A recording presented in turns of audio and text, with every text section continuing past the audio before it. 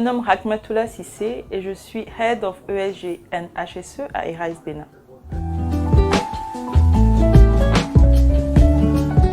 À la zone industrielle de Glo-Djigbe, je suis en charge de 2 volets. Le premier, le ESG, entendez par là environnement, social et gouvernance. À ce titre, mon équipe et moi nous assurons que la réglementation béninoise environnement et en social soit respectée dans la zone, mais également que les engagements face aux standards internationaux tels que l'IFC soient également mis en œuvre.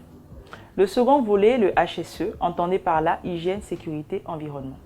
À ce titre, nous nous assurons que la sécurité des personnes qui travaillent à l'intérieur de la zone soit garantie. Nous mettons en œuvre des plans de management et des procédures afin que chaque individu qui travaille sur la zone, mais également chaque usager de la zone, dès qu'il franchit le seuil de la GDIZ, se retrouve dans un environnement de travail sûr.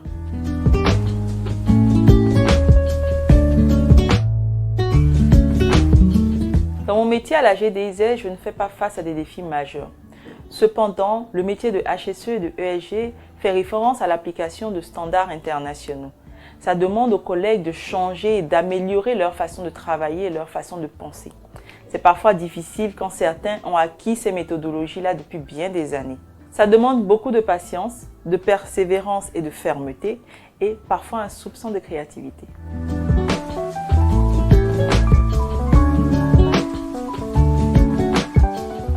Les concepts d'ESG et de HSE sont venus de l'étranger. Il est important pour nous de nous approprier ces concepts et de créer des cursus académiques qui puissent allier nos réalités socio-économiques. Également, il faudrait que le gouvernement puisse mettre en place des mesures pour l'application des réglementations déjà existantes dans le domaine environnement et social. Il est primordial pour nos entreprises, qu'elles soient locales ou étrangères, qu'elles comprennent l'importance de l'environnement et du social et qu'elles comprennent que ce sont des atouts vitaux pour la compétitivité et également pour la continuité de leurs affaires.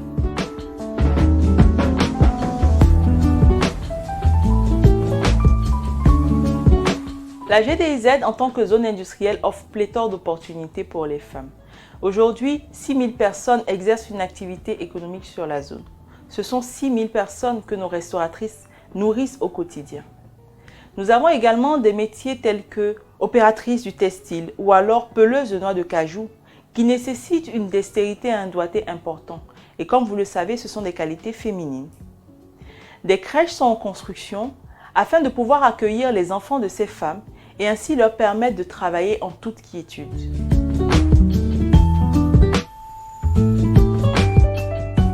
À toutes mes sœurs qui souhaitent se lancer dans le métier HSE ou dans n'importe quel domaine d'ailleurs, je conseillerais d'abord d'avoir confiance en elles-mêmes, d'avoir confiance en nos capacités. Nous n'avons pas besoin d'avoir les atouts ou même d'agir comme un homme pour pouvoir exceller dans nos métiers. Également, il est important de définir ses objectifs et de poser pas à pas les différents jalons qui vont permettre d'atteindre ces objectifs-là. Je finirai par rappeler l'importance des valeurs et des convictions pour la femme, mais encore plus dans le milieu professionnel. Il est important d'avoir la conviction qu'avec ses capacités, avec un plan, on peut réussir sans pour autant choisir la voie de la facilité.